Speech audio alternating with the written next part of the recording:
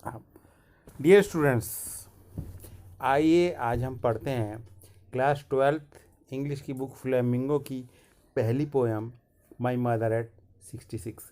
ये पोएम एक Indian English लेखक ने लिखी है जिनका नाम है कमला दास।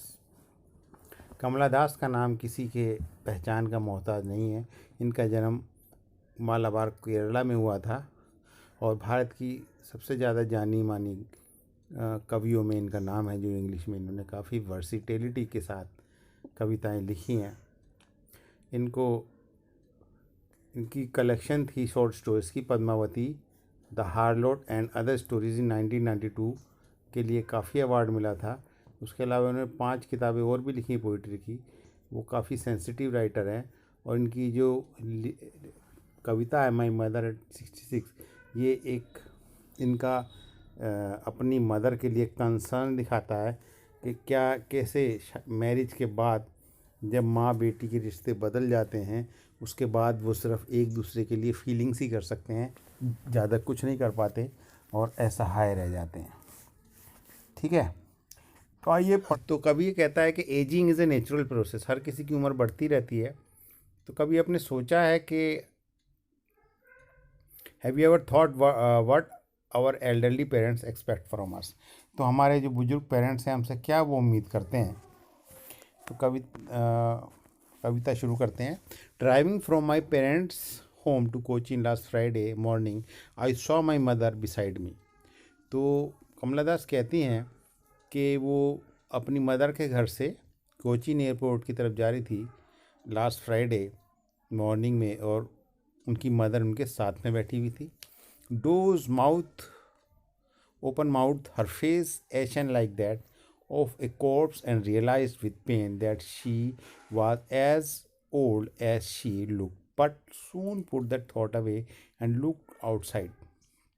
अब यहीं पर पोएम का सारा जो दर्द है जो कवि का, वो कहती है कि उसकी मदर उसके साथ में बैठी हुई है कार के अंदर और उनका मुंह जैसे बुजुर्गों का होता है, अक्सर जम्हाई लेती रहती हैं, खुला रहता है और मुंह खुला हुआ है। उनका फेस बिल्कुल राख की तरह है, उसमें कोई भी लालिमा नहीं है, कुछ एक्सप्रेशन नहीं है, कुछ चमक नहीं है, बुझा हुआ जैसे एक बॉडी का, डेड बॉडी का होता है।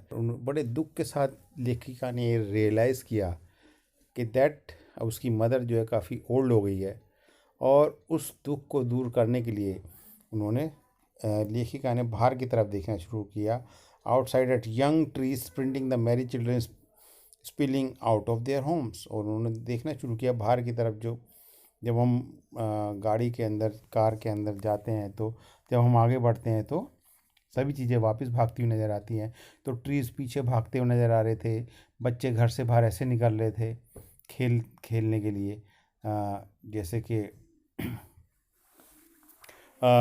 किसी बर्तन में से बीज बाहर गिरते हैं। तो ये सब इमेजरी ये शो करती हैं कि पोइटस जो है अपना मूड चेंज करना चाहती थी अपनी मदर को ये रियलाइज़ करके कि वो अब ज़्यादा दिन नहीं जीवित रहेंगी। तो अपने मन को तसल्ली देने के लिए उन्होंने बाहर अपना मूड चेंज किया।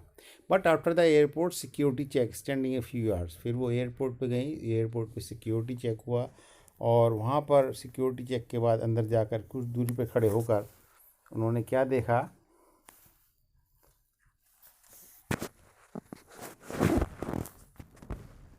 Away, I looked at her, wan, pale as a late winter's moon, and felt that old familiar age. और फिर वहाँ पर जाकर उसने दोबारा अपनी मदर को मुड़ के देखा। वही जैसे पीला चेहरा, जैसे कि उसको कंपेयर किया है, सिमिली है यहाँ पर ये, कि जैसे कि विंटर, सर्दियों के अंदर जो धुंध कोहरे की वजह से जो मून जो होता है बिल्कुल वाइट मार्बल की तरह नज़र नहीं आता, थोड़ा पीला नज़र आता है। तो इस तरह का मून की तरह जैसे धुंधला सा चेहरा उनका नज़र आ रहा था और ऐसा लगा कि उनकी मदर काफ़ी ओल्ड हो गई है। और वही फेल्ट फेमिलियर ओल्ड एज जो बचपन में बच्चे को हमेशा होती है कि मदर से दूर होते ही उनको दुख होने लगता है, डरने लगती है कि मदर कहाँ गई, को ढूंढने लगते हैं। आज भी इस लेखिका को इस यंग एज में ये एहसास हो रहा है कि शायद उसकी मदर उससे बिछड़ने वाली है। माई चाइल्डहुड फियर, ये बचपन का डर उसको दोबारा से आ रहा है। But all I said was see you soon अम्मा, all I did was smile smile and smile again. और उसके बाद उसने मदर को ये कुछ भी एक्सप्रेस नहीं किया और सिर्फ मदर की तरफ देख के स्माइल किया और कहा मदर सी यू सीन, और उसको मुस्कुरा कर देख कर वो चली गई। तो ये एक छोटी सी कविता है जो दिखाती है कि जब हम बड़े हो जाते हैं तो अपने पेरेंट्स के लिए ज़्यादा कुछ नहीं कर पाते, सिर्फ अपनी एक दुख ही प्रकट कर सकते हैं, इससे ज़्यादा कुछ नहीं, ख़ास तौर पे गर्ल्स। ठीक है, तो आइए इसके कुछ क्वेश्चंस हैं वो डिस्कस हैं, इसके साथ मैं अटैच कर रहा हूँ और आपको कोई भी क्वेश्चन करने में या उसको समझने में कोई प्रॉब्लम नहीं आएगी। दो एक वर्ड मीनिंग है स्प्रिंटिंग का, मतलब शॉर्ट फास्ट रेस, बहुत तेज़ी से भागने को स्प्रिंटिंग करते हैं, जैसे ओलंपिक में भागते हैं। वेन का मतलब कलरलेस। तो ये कुछ वर्ड्स हैं जो मदर के चेहरे को एक्सप्रेस करने के लिए उन्होंने यूज़ किए हैं। Okay, thank you.